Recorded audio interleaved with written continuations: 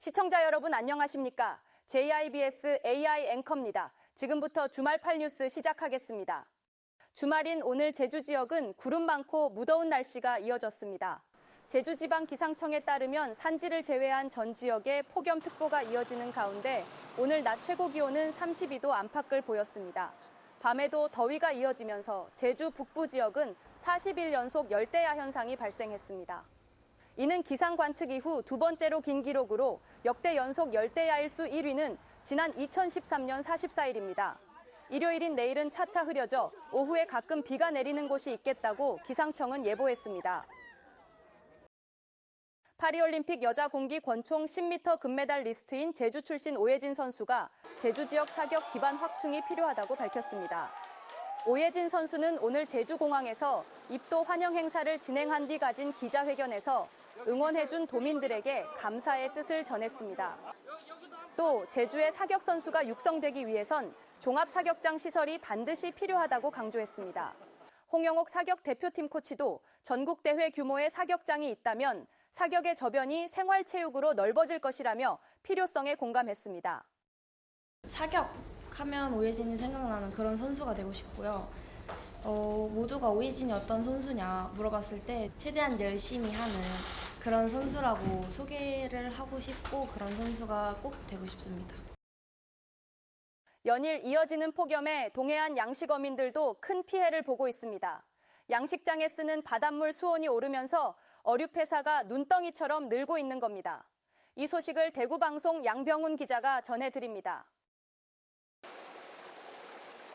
수조에 들어간 인부들이 뜰채로 뭔가를 계속 건져 올립니다. 죽은 강도다리 치어입니다. 강도다리는 수온이 28도를 넘으면 죽는데 지난 15일부터 최근까지 수조에 넣는 바닷물 온도가 30도 안팎까지 올랐기 때문입니다. 일주일 전쯤까지 강도다리 성어 2만 마리가 있었던 수조인데요. 다 폐사해 지금은 보시는 것처럼 텅 비었습니다. 햇볕을 가리는 차광막을 보강하고 수조에 습시 0도 액화산소도 넣어보지만 역부족입니다. 경기 부진에 소비 위축되고 억가는 하락돼서 고기는 팔리지 않고 거기에 지금 고수온 맞아가지고 남아있는 고기는 다 죽었고 지금 폐업을 고민할 정도로 상황이 힘든 상황입니다. 고수온으로 지금까지 경북 동해안 육상 양식장 9곳 가운데 32곳에서 어류 153만여 마리가 죽어 사흘 전보다 2.8배 늘었습니다. 피해 금액도 13억 4천만 원으로 지난해 전체보다 7천만 원 많습니다. 지역별로는 포항이 141만여 마리로 전체의 90%를 넘어 가장 많고 울진 5만 5천, 경주 1만 8천, 영덕 4천여 마리 수준입니다. 그런 만큼 현장을 찾은 포항시장을 향한 어민들의 호소가 이어집니다. 보수 할 수 유지 보수비로 해가지고 또 도에서 지원을 해준다 그랬다가 올해는 또 안 된다 하더라고요. 한 2억만 지원해주면은 우리 어가에서 충분히 앉아 액선을 팍 많이 떼면은 피해가 최소화시킬 수 있는 방법이 되거든요. 포항시는 관련 예산 18억 원이 모자라면 예비비까지 써서 액화산소나 순환 펌프 등 방제 장비를 지원하기로 했습니다. 보험금 지급이나 재난지원금 지급이 하루라도 속히 될 수 있도록 우리 피해를 빨리 조사를 해준다든지 여러 가지 대책을 양식어가 함께 또 관련 기관과 함께 강구해 나가도록. 지난 8일부터 고수온 주의보가 내려진 경북 동해안 수온은 태풍 종다리의 영향으로 21도 수준으로 떨어졌지만 폭염이 지속될 것으로 보여 다시 올라갈 것으로 예측됩니다. 온도차가 클수록 폐사율도 높아지기 때문에 올해 역대급 피해가 날 것이란 양식업계의 우려가 커지고 있습니다. TBC 양병훈입니다. 장애인과 비장애인들이 함께하는 바다 여가 활동 행사가 열렸습니다. 제주도 지체 장애인협회 주최로 오늘 함덕해수욕장에서 열린 장애인 바다 체험 대회에는 장애인과 봉사단 등 400여 명이 참가했습니다. 행사는 문화 공연과 감사패 전달을 비롯해 인공 낚시터에서의 낚시 체험 등이 이어졌습니다. 장애인들의 활동 증진을 위해 마련된 바다 체험 대회는 지난 1999년 시작돼 올해로 25번째를 맞고 있습니다. 남방 큰 돌고래와 함께하는 해양 정화 활동 행사가 오늘 김영해수욕장에서 열렸습니다.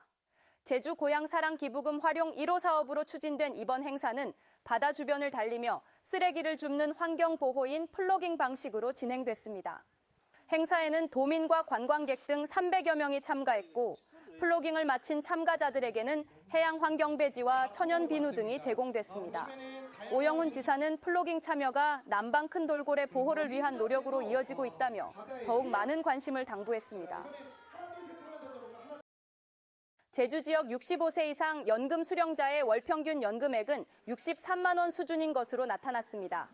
통계청의 연금 통계 결과에 따르면 지난 2022년 기준 제주에서 1개 이상의 연금을 받은 65세 이상 고령자 비율은 89%로 집계됐습니다. 월 평균 연금 수급액은 62만 9천 원으로 국민연금연구원의 개인 노후 최소 생활비 124만 3천 원에 크게 미치지 못했습니다. 전국 기준 연금 수급률은 90.4%, 월 평균 수급액은 65만 원으로 조사됐습니다. 제주 지역 기업 대출과 가계 대출이 모두 줄어든 것으로 나타났습니다. 한국은행 제주본부가 발표한 자료에 따르면 지난 6월 기준 기업 대출의 경우 713억 원, 가계 대출은 262억 원 줄었습니다. 한 달 전의 경우 기업 대출은 869억 원, 가계 대출은 122억 원 늘었지만 6월 들어 감소세로 돌아섰습니다.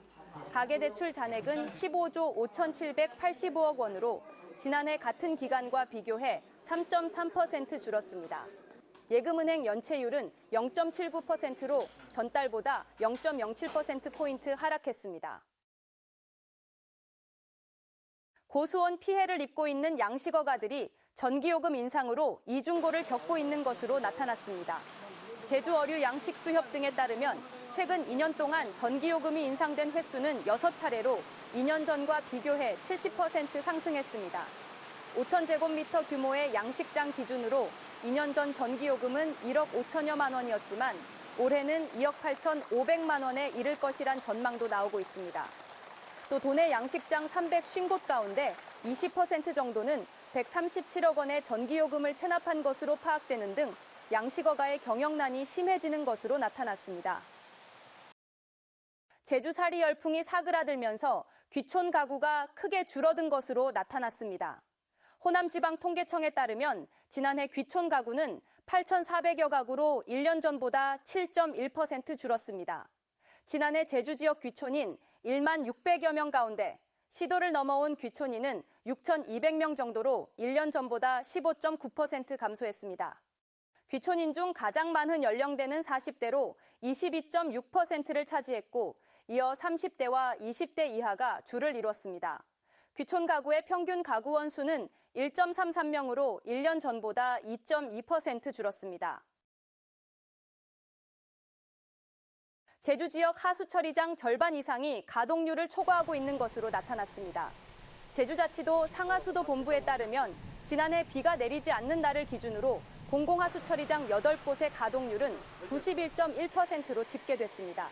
시설별 적정 가동률은 80% 정도지만 5곳에서 80%를 넘어선 가동률을 보이는 것으로 조사됐습니다. 이에 제주자치도는 공공하수처리장 증설 전까진 대규모 건축 행위를 미루거나 중수도 시설을 갖춰야 한다고 설명했습니다.